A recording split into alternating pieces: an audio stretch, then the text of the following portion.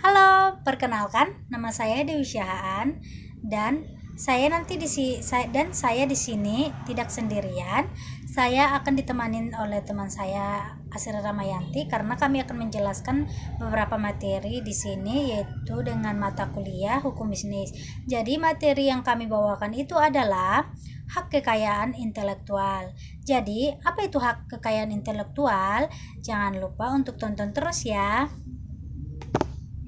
Oke teman-teman, kita langsung ke materi aja ya. Jadi, apa sih itu hak kekayaan intelektual? Jadi, pengertian hak kekayaan intelektual adalah uh, padanan kata yang biasa digunakan untuk intellectual property right, yaitu IPR, yakni hak yang timbul dari hasil oleh pikir yang menghasilkan suatu produk atau proses yang berguna bagi manusia. Jadi, secara garis besar, hak intelektual kekayaan ini juga atau HAKI yang bisa disingkat dengan HAKI itu secara garis besar ada dua. Yang pertama itu hak cipta dan yang kedua itu hak kekayaan properti. Pada tahun 1970 itu adalah pertama kali digunakannya hak intelektual atau HAKI ini oleh John Locke. Jadi HAKI ini juga diatur di undang-undang, yaitu Undang-Undang Nomor 28 tahun 2014. Begitu teman-teman.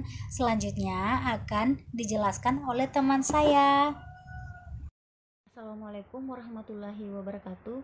Perkenalkan, nama saya Asri Ramayanti dari S1 Manajemen Malam. Di sini saya akan melanjutkan penjelasan dari Mbak Dewi. Adapun syarat-syarat menjadi hak kekayaan intelektual. Yang pertama, surat pernyataan hak.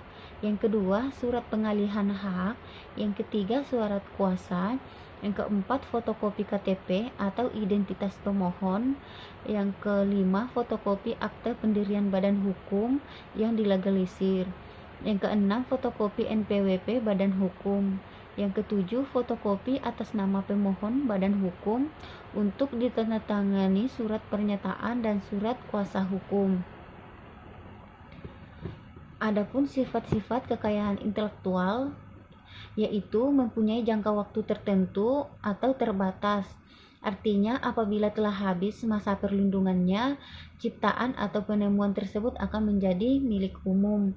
Tetapi ada pula yang setelah habis masa perlindungannya dapat diperpanjang lagi, misalnya hak merek. Lalu bersifat eksklusif dan mutlak, artinya dapat dipertahankan terhadap siapapun.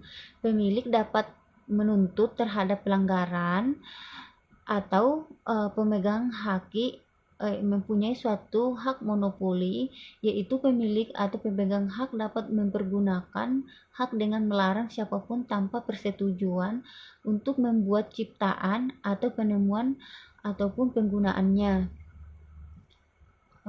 Terakhir, jenis-jenis hak intelektual. Pertama, paten. Yang kedua, merek. Yang ketiga, rahasia dagang. Yang keempat, desain industri. Yang kelima, tata letak sirkuit terpadu. Yang keenam, perlindungan varietas tanaman. Oke, sampai di sini penjelasan saya. Kurang lebihnya mohon dimaafkan. Assalamualaikum. Oke teman-teman, di sini saya mencoba untuk menyimpulkan tentang hak kekayaan intelektual itu ya. Contohnya itu dalam kehidupan kita sehari-hari lah. Yang booming sekarang itu contohnya itu kayak mengcover lagu atau seorang musisi yang lagunya tiba-tiba diambil orang lain tanpa sepengetahuan. Itu sih menurut saya memang sudah melanggar undang-undang karena HAKI ini kan sudah ada undang-undangnya, yaitu Undang-Undang Nomor 28 tahun 2014 nih ya. Jadi ada baiknya sih kita kalau mengcover lagu seseorang, kita itu izin supaya tidak merugikan diri sendiri dan orang lain. Karena kalau kita mengcover mengcover lagu orang lain tanpa pengetahuan sang pencipta, bisa-bisa kita dilaporkan. Setelah dilaporkan kan kita masuk penjara dan lain sebagainya, kan rugi. Berapa uang yang harus kita keluarkan untuk hak cipta orang lain ini. Menurut saya sih nggak salah sih kalau kita itu izin kepada pemiliknya supaya menghindari yang namanya pelaporan ke polisi. Begitu sih teman-teman kalau menurut saya. Jadi telah berakhirnya materi yang kami bawakan. Mungkin banyak perkataan yang salah dalam pengucapan, lafal, intonasi, ataupun hal yang lainnya. Namun kita masih belajar dan terus belajar. Jika teman-teman punya saran atau yang lainnya, bisa di komen ya. Jangan lupa untuk selalu like, subscribe, dan komen.